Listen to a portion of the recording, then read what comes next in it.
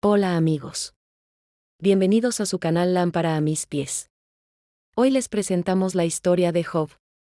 No te olvides de suscribirte y dejar tu like si este contenido te gusta. Vamos a ello. Cuando pienso en el ejemplo de fe más imponente y misterioso de toda la Biblia, un nombre siempre sobresale. Job.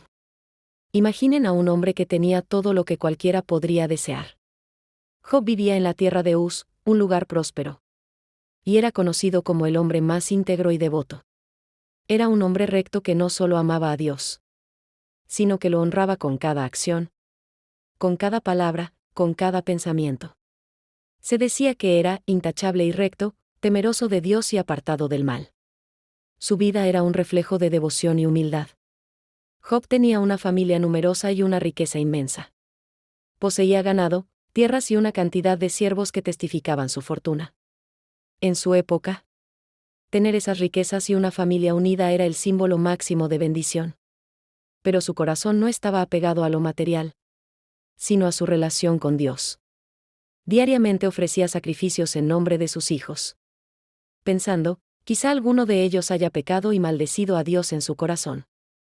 Todo su ser estaba en sintonía con Dios. Pero, en una escena intrigante en los cielos, Dios y Satanás tienen una conversación sorprendente. Dios alaba a Job, lo llama su siervo fiel. Pero Satanás le responde con una acusación astuta: claro que Job es fiel.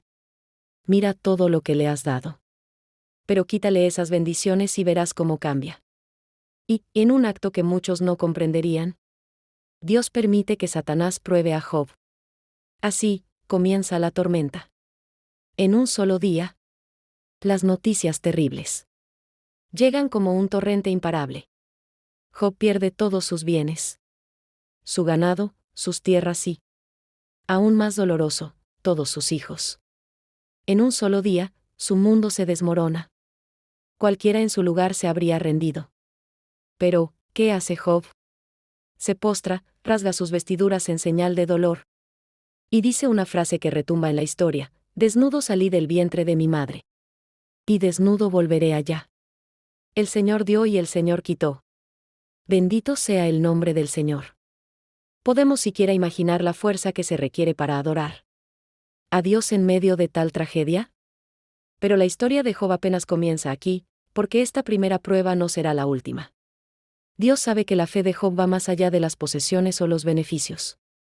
Pero, ¿podrá Job mantenerse firme cuando su propia salud y hasta su entorno más cercano lo abandonen?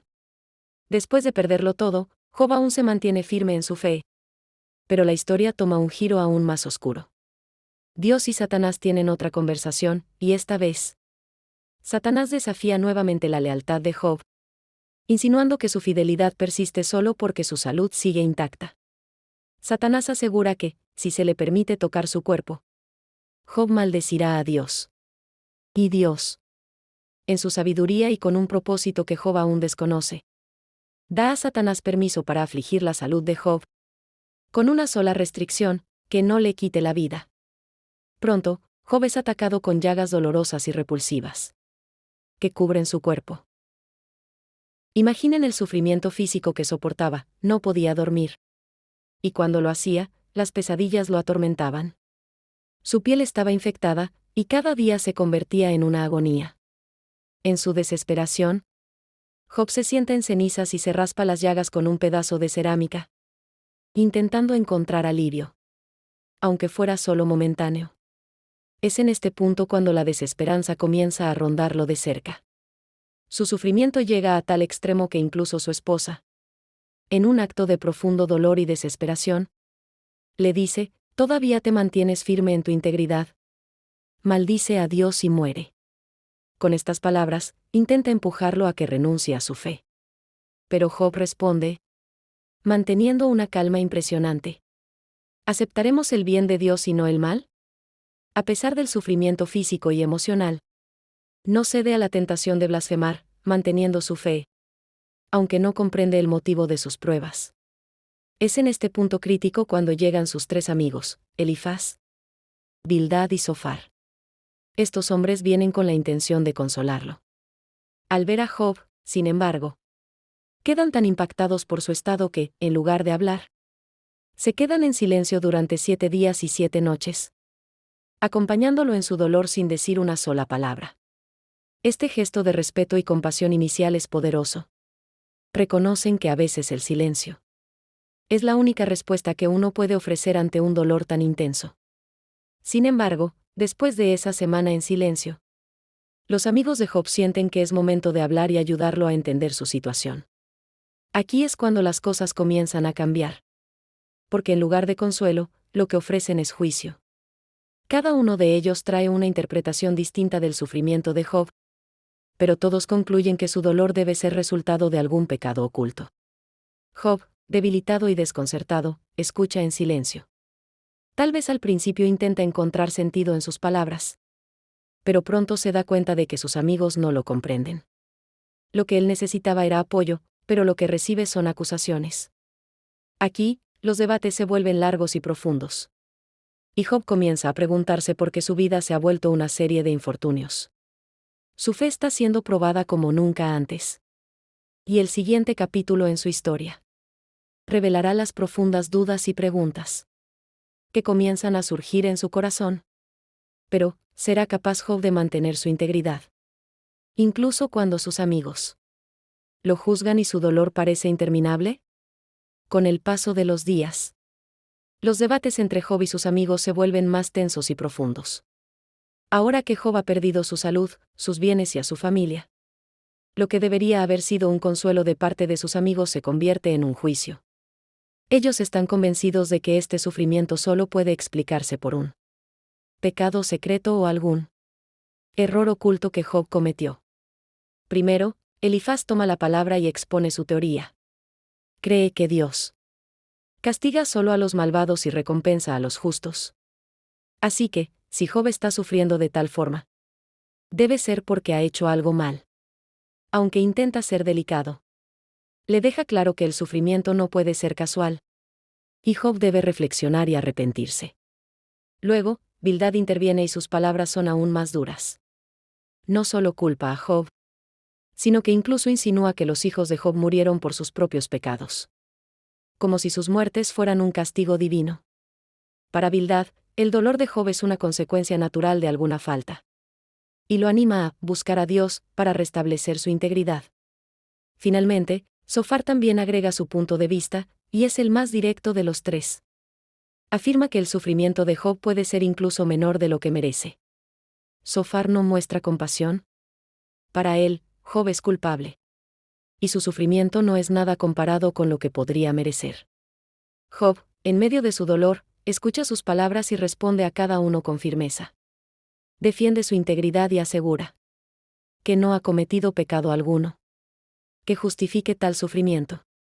Confundido y atormentado, expresa sus emociones abiertamente, cuestionando el propósito de su vida y rogando entender por qué Dios permite que los justos sufran, mientras los malvados prosperan. Su dolor se convierte en un profundo lamento, y en medio de su discurso, comienza a expresar su desesperación y su duda, aunque nunca llega a maldecir a Dios. Job se pregunta si acaso Dios lo ha abandonado, si su vida tiene algún valor. Y sus amigos solo profundizan esa sensación de soledad, al insistir en que su dolor debe ser un castigo. Sin embargo, Job se aferra a una esperanza, a la fe de que hay un propósito que él aún no puede comprender, y a la certeza de que, de alguna forma, Dios conoce su dolor. Es en este punto, cuando los argumentos de sus amigos parecen no ofrecer más respuestas, que entra en escena un cuarto personaje, Eliú, un joven que ha estado escuchando en silencio. Eliú, aunque más joven, siente la necesidad de intervenir y ofrece una perspectiva diferente. Reconoce la justicia de Dios y cuestiona las palabras de los tres amigos de Job. Eliú propone que el sufrimiento no siempre es castigo, sino que puede ser un medio por el cual Dios disciplina, forma el carácter y enseña lecciones profundas. Para Eliú, el dolor y la prueba tienen un propósito mayor: acercarnos a Dios y hacernos depender de Él. También sugiere que el sufrimiento puede abrir nuestros ojos a la grandeza de Dios, permitiéndonos ver más allá de nuestras limitaciones. Eliú no acusa a Job de pecado, sino que lo invita a considerar la soberanía divina y a confiar en que, aunque las pruebas sean incomprensibles, tienen un fin redentor. Esta visión nueva y refrescante parece preparar el camino para lo que está por venir. Con las palabras de Eliú, el relato se adentra en una dimensión más profunda del sufrimiento y la relación con Dios. Pero, ¿serán suficientes las palabras de un hombre para darle paz a Job? Lo que Job no sabe es que pronto obtendrá una respuesta directa. Pero no de sus amigos, ni de Eliú, sino del mismo Dios. En el clímax de la historia, cuando Job está agotado, debilitado y sumido en una profunda confusión, Dios finalmente le responde. Pero lo hace de una forma inesperada y majestuosa, desde un torbellino.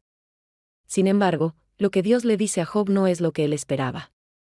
En lugar de ofrecer una explicación detallada de su sufrimiento, Dios le hace preguntas que revelan su grandeza y sabiduría en comparación con la fragilidad humana. Dios le pregunta, ¿dónde estabas tú cuando yo fundaba la tierra? Y continúa describiendo su creación con detalles asombrosos.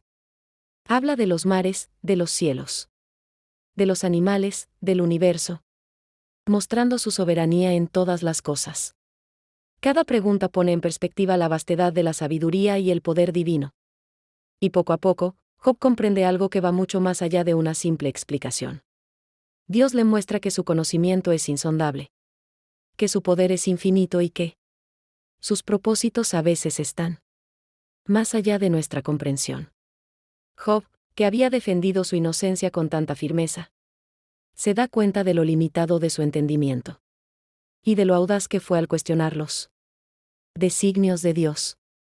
En un acto de profunda humildad, se postra ante Dios y declara, de oídas te había oído, mas ahora mis ojos te ven.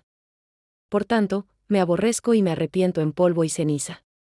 Job comprende que su dolor, aunque inexplicable, tiene un propósito más alto, y que su verdadera necesidad no era entender el por qué, sino conocer a Dios de una forma más profunda y directa. Aquí, Job experimenta una transformación espiritual. Con este acto de arrepentimiento y humildad, Dios honra la fe de Job. Primero, reprende a los amigos de Job, diciéndoles que no han hablado correctamente de él y que, si quieren el perdón, deben pedirle a Job que interceda por ellos. Este acto demuestra que Dios respalda la integridad de Job y corrige la perspectiva errónea de sus amigos, quienes lo habían acusado sin razón. Luego, como signo de restauración, Dios bendice a Job con el doble de lo que tenía antes.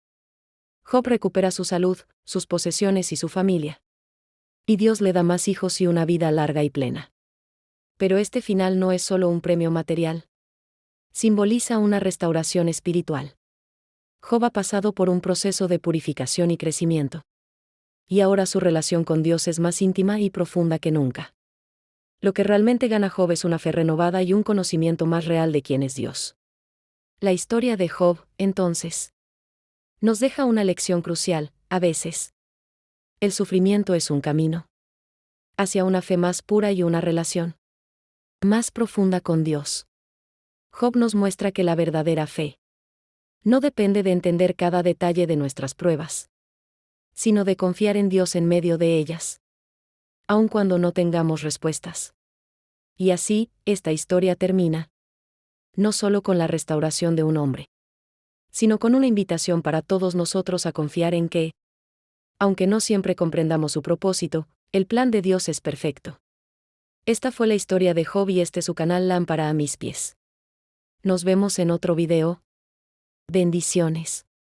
No te olvides de dar like, comentar y compartir.